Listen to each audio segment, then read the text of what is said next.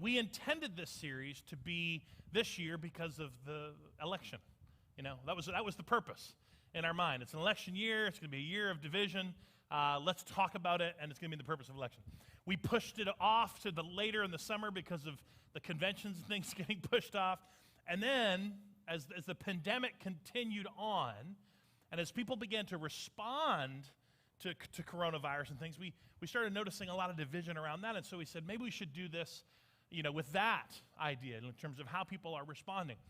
And then little did we know that this week would have such an incredible, profound week on our nation, but also continue to drive divisive wedges in the spirit of unity for us as a nation. And so we had no idea. So I do need to clarify a couple things just so that you can engage in this message series with me. This is not going to be a message in response to the hatred and racism that our country is focusing on right now, and rightfully so in terms of conversation. I do trust, as followers of Christ, you already know that there's no place for that kind of hatred and racism and biases and bigotry in our beliefs as followers of Christ.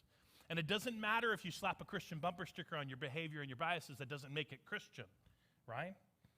We need Jesus and justice in that order.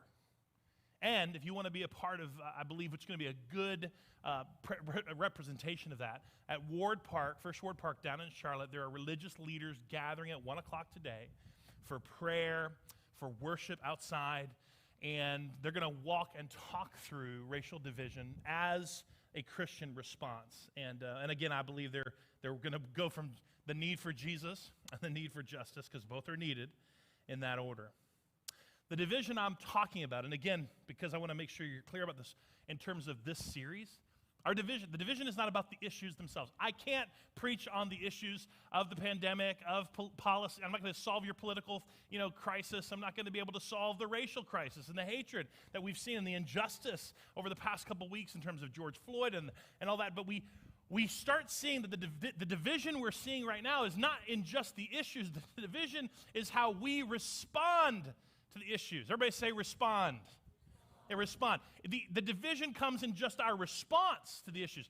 So I'm going to give you about 6 things. I'm going to give you like 6 examples of what has come on my Facebook thread this week. These are not my opinions. Welcome to the friends that I have and the people that I have on Facebook, okay? I'm going to share with you what has been on my Facebook thread this week alone, and progressively heavier throughout the rest of the week. You are either against the riots and looting and are therefore a racist, or you understand that this is the only way their voices can be heard. Another one I had is if you don't post the right words, then you are also still part of the problem. Apparently, there are new words and new definitions that we have to be aware of that are being attributed to people that may not know. Can't just be not a racist anymore. You got to be anti and all these other things. We're being introduced to some of those things. If you post a picture of your kids having fun or your first dinner out since the lockdown instead of the glaring issues facing our nation, you are still part of the problem. If you think the riots are about justice for George Floyd, you're mistaken. They've moved past George Floyd and now is just anarchists who hate America and want to watch the world burn. If you don't say anything, you're a secret racist, and your silence is killing black people. Yeah, this is on my wall. I don't know what's on your wall. If you post support for the police, you're insensitive to the pain of the black community.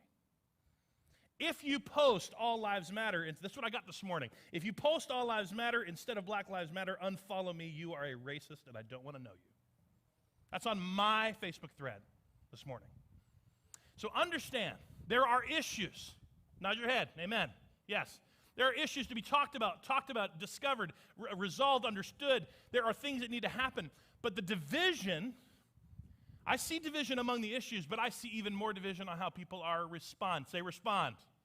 Yeah, I see more division happening on how people respond to issues. And so that is what this series is about. Don't listen to this message as a Matt's trying to say something about the issues. I can't talk about the issues. This series It's about the division that comes and how we respond, especially we as followers of Christ. So I'm going to do a quick recap